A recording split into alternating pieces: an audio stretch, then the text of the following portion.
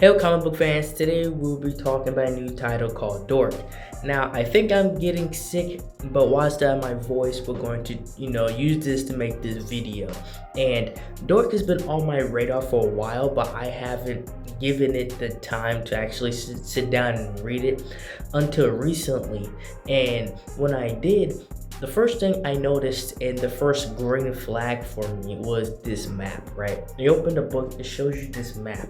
And for me anyway, any story that starts off with the map usually is good, right? And luckily for this, that was the case. The Dork, it gives this quick lore and a backstory of this light versus dark, right? This war, this eternal war against the two sides. And from these two sides is this middle piece where both sides collide, and it's called the Scar. And it's where a bunch of other people are.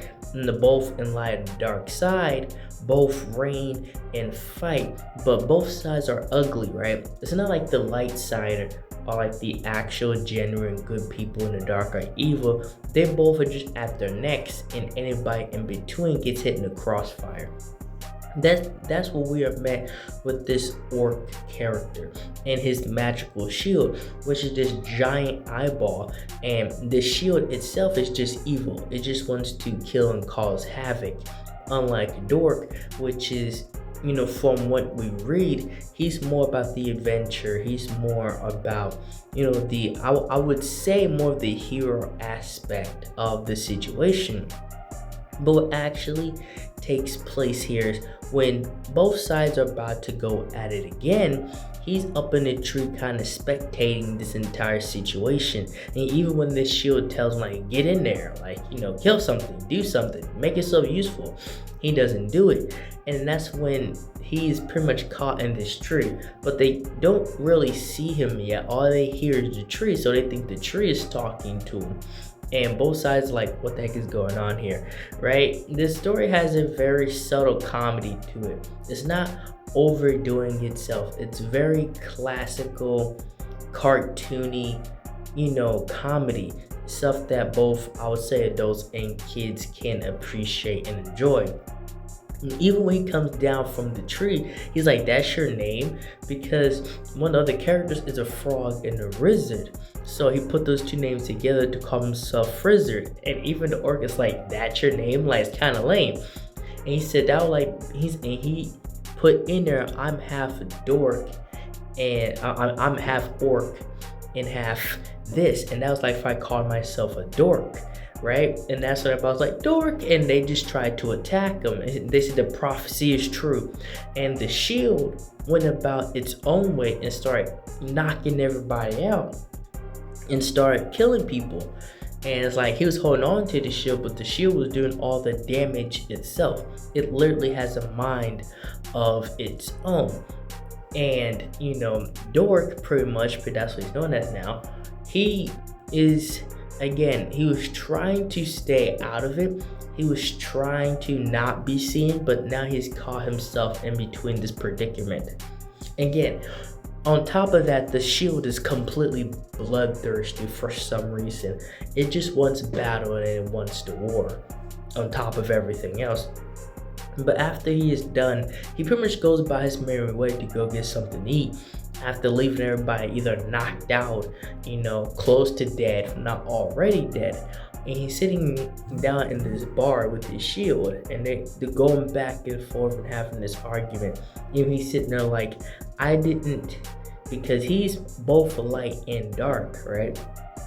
He was birthed of both sides. He was born of the light and raised in the darkness. And he knows this about himself. He's been around for a minute, and he himself is like, I didn't choose this, I didn't want this. And look at both sides. Look at the both light and dark side. There is no righteous side. They're both screw-ups. They're both the reason why this world is destroyed as it is. I don't want nothing to do with them, and I don't want to pick a side because they're both flawed in massive major ways, which I can completely understand and make sense. And it makes the story more interesting. And both sides are in the bar duking it out, and that's when ORC gets involved because they was about to like kill this chicken, right? The chicken, which is like, you know, owns the bar and tries to help. Dork gets involved because they was trying to pretty much bully everybody, and that's when he gets involved and starts beating that crap out of everybody. And at first, I would have thought that he was weak, right? I would have thought that he's a little guy, and you know, maybe he tries to fly but can't when you first look at the story. But when you actually open this comic book, this guy is freakishly strong. Even without the shield, he will throw around anybody that's in there. And as he's going off about both sides, and his frustration and anger grows, you can see the prophecy, you can see the darkness come out of him, you can see the apocalyptic being everybody was talking about as he's, you know, destroying these people in this bar.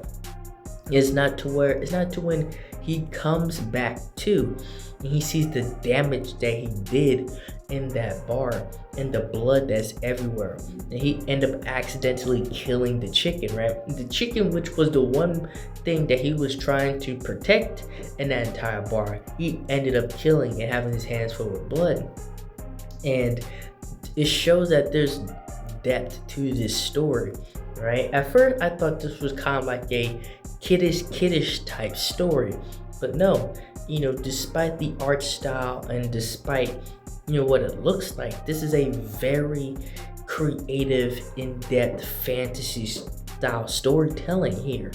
And even the chicken comes back to life headless. It's a headless chicken, but it comes back to life, and that's when we find out that there's an actual spirit, there's something else in that shield, but him himself does not know what he is. The shield itself does not know what he is, and because the shield was responsible, the spirit of the chicken is now with him, right? So now he's about to go on that journey.